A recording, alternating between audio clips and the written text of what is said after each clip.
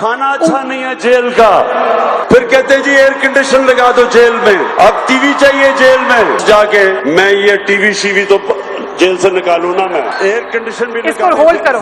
کہتا ہے کہ میں واپس جا کے جیل کا ٹی وی بھی پھکواؤں گا نکال کے اور اس کا اے سی بھی اترواؤں گا۔ اللہ تعالیٰ کے فضل سے نواز شریف پھر اقتدار میں ہے، اس کی بیٹی چیف منسٹر ہے، اس کا بھائی پرائم منسٹر ہے، لیکن آج تک حلف اٹھا کے کہہ رہی ہوں آپ کے سامنے، نہ میں نے کبھی سوچا، نہ نواز شریف نے کبھی سوچا، نہ شہباز شریف نے کبھی سوچا کہ اس کا اے سی اتروا دوں، اس کا کھانا بند کر دوں، اس کا ٹی وی بند کر دوں، کبھی یہ خیال بھی نہیں آیا۔ بلکہ نواز شریف نے ایک دن کہا کہ اس کا ایک اے سی ہے، اس کو 2 اے سی دے دو، اس کو تکلیف نہیں ہونی چاہیے۔ پہلی خاتون تھی جو سیاست میں نہیں تھی، لیکن اس نے مجھے جیل میں ڈالا۔ نیب میں جب مجھے جیل میں ڈالا تو نیب کے پاس خواتین کو رکھنے کی جگہ نہیں تھی، کیونکہ میں پہلی خاتون تھی جو نیب کی جیل میں جھوٹے الزام میں بند ہوئی تھی۔ ان کو ایک کمرہ خالی کرا کے مجھے اس میں رکھنا پڑا، کیونکہ ان کے پاس خواتین کی جیل نہیں تھی۔ آج اسی مریم نواز کے پاس اللہ تعالیٰ کا کرنا دیکھو، یہ اڈیالہ جیل میں پنڈی میں پنجاب حکومت کے پاس ہے، لیکن میں نے کبھی نہیں کہا کہ اس کو کھانا نہ دو، اس کو یہ نہ دو، اس کو وہ نہ دو۔ اچھا کھانا کھاتا ہے تو مریم نواز شریف کو خوشی ہے، مجھے کوئی پرابلم نہیں ہے اس سے۔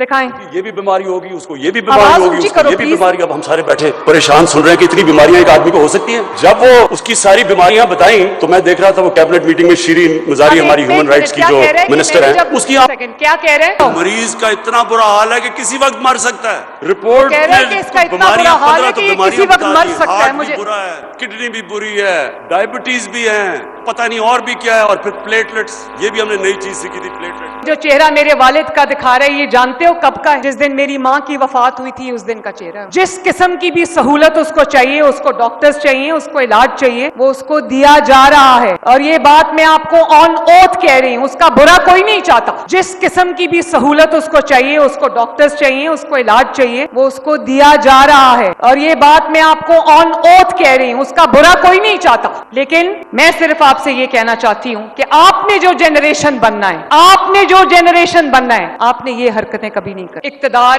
آنی جانی چیز ہے۔ کل ہم جیل میں تھے، ہمارے پاس اقتدار نہیں تھا، آج میرے پاس اقتدار ہے، اللہ تعالیٰ نے دیا ہے۔ کل کسی اور کے پاس ہو، ریت کی طرح، مٹھی میں ریت کی طرح پھسلتا ہے، لیکن اقتدار آنی جانی شے ہے، کسی ایک کے پاس نہیں رہتا۔ آج اس کے پاس تو کل اس کے پاس، لیکن اقتدار کا استعمال اللہ تعالیٰ کی اور عوام کی امانت ہوتا ہے۔ میرے والد جب جیل میں تھے، ان کی I think 71 ایئرز یا 72 ایئرز ان کی ایج تھی، وہ بیمار ہو گئے، ان کو ملٹیپل ہارٹ اٹیکس ہوئے، ان کے پلیٹلیٹس ڈراپ کر گئے، ان کو دل کی تکلیف ہو گئی، ان کی بیماری کا اتنا مذاق اڑایا گیا۔ میں جیل میں تھی، میرے والد جیل میں تھے، تو میری والدہ کو کینسر ہو گیا، اور میری والدہ کی بیماری کا اتنا مذاق بنایا گیا، اور یہ کہا گیا کہ وہ تو بیمار ہی نہیں ہے، یہ سب ڈرامہ ہے۔ لندن میں ان کا علاج ہو رہا تھا تو وہ ICU میں تھی، بے ہوش پڑی تھی، ریسپریٹر پہ، وینٹیلیٹر پہ تھی، اور یہ لوگ ایسی کوئی تعلیم دی تھی انہوں نے لوگوں کو کہ یہ ICU کے دروازے کھول کر، ڈاکٹرز کے یونیفارم پہن کر، دھوکہ دے کر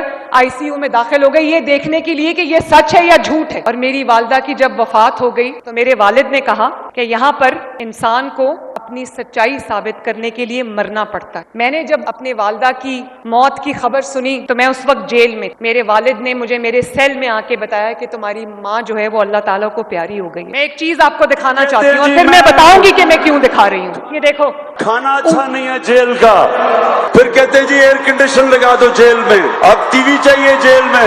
80% پاکستانیوں کے پاس تو ایئر کنڈیشن ہی نہیں ہے۔ آدھی پبلک تو خوشی سے جیل میں جائے گی اگر ان کو ٹی وی بھی مل جائے، کھانے بھی مل جائے، ایئر کنڈیشن بھی مل جائے۔ سزا تو نہ ہوئی ہے، واپس جا کے میں یہ ٹی وی شی وی تو جیل سے نکالوں نا، میں ایئر کنڈیشن بھی اس کو ہولڈ کرو۔